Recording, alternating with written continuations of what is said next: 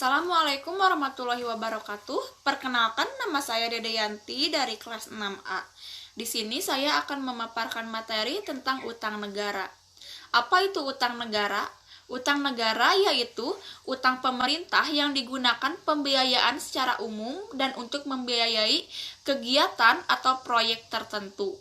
Untuk pembiayaan umum, utang digunakan untuk membiayai belanja produktif dan penyertaan modal negara. Mengapa negara harus berhutang? Karena adanya kebutuhan belanja negara yang penting, seperti penyediaan fasilitas kesehatan dan ketahanan pangan, pembiayaan pembangunan untuk penyediaan infrastruktur, dan meningkatkan indeks manusia. Adapun macam dan ciri utang negara. Yang pertama, utang dengan jaminan dan tanpa jaminan, di mana utang negara seringkali dibedakan antara apa yang disebut dengan reproductive debt dan deadweight debt. Reproductive debt adalah utang yang dijamin atau didecking seluruhnya dengan kekayaan negara yang berutang atas dasar nilai yang sama besarnya.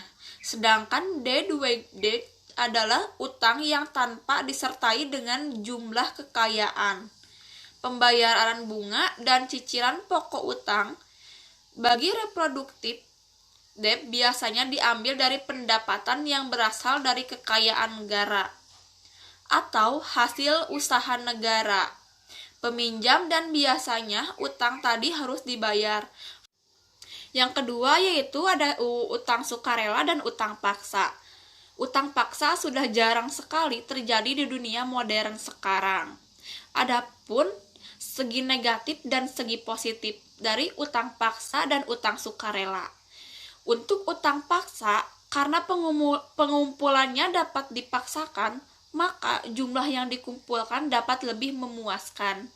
Sedangkan keuntungan utama dari utang sukarela bila dibandingkan dengan utang paksa adalah bahwa para pemberi utang bebas menyerahkan dananya tergantung pada kemauan mereka sendiri. Namun jumlah yang didapatkan oleh negara biasanya akan tidak begitu besar.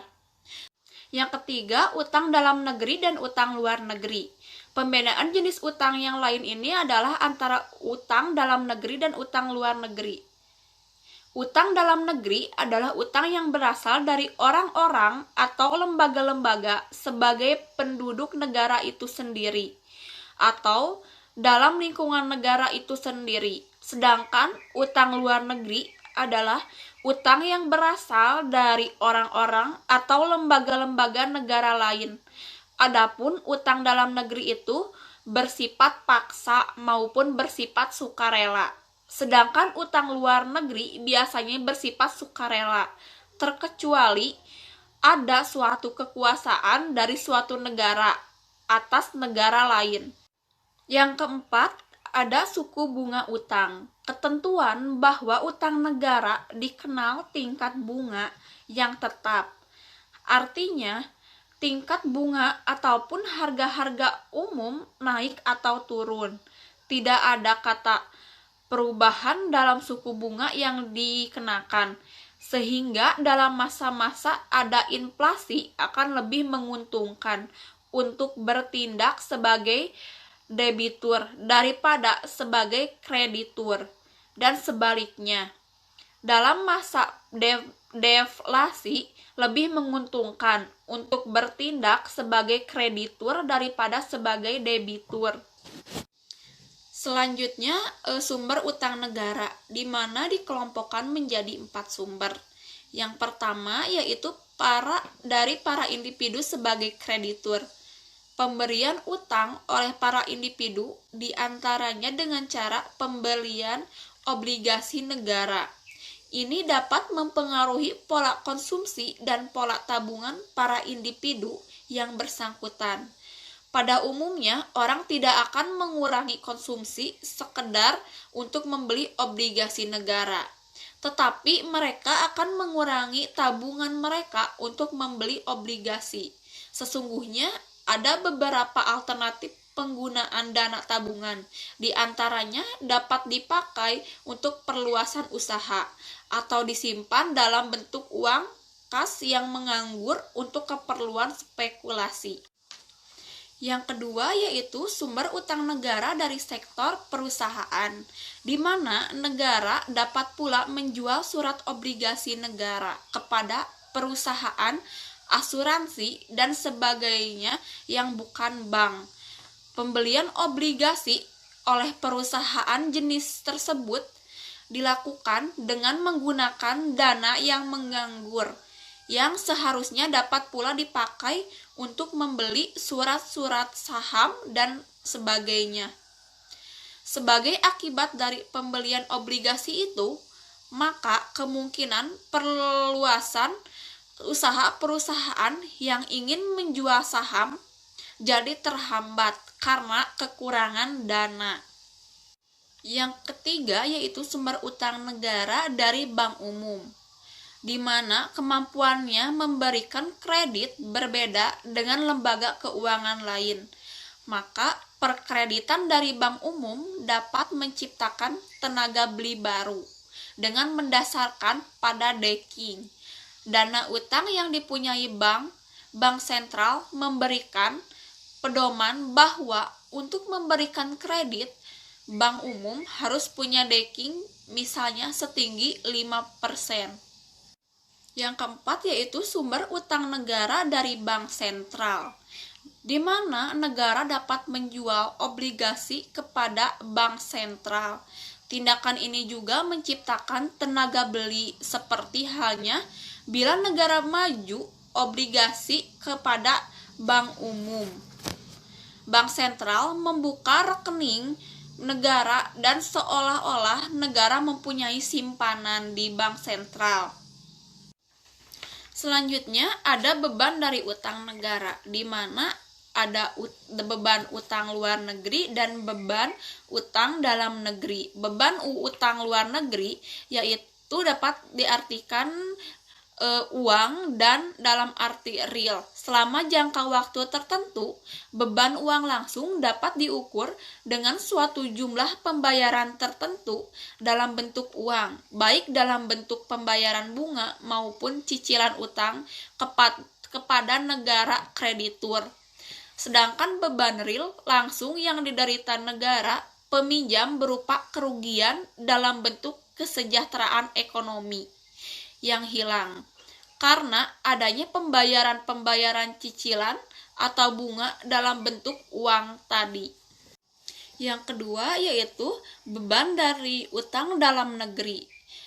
Masalah utang dalam negeri ini tidak menyangkut hubungan antara masyarakat debitur di suatu negara dengan para kreditur di negara-negara lain, melainkan hanya antara negara debitur dan kreditur di dalam suatu negara yang sama.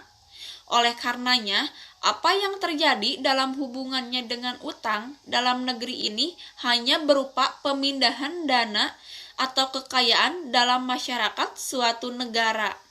Hal ini berarti bahwa secara makro tidak akan ada suatu beban langsung dalam bentuk uang yang timbul dari adanya utang dalam negeri.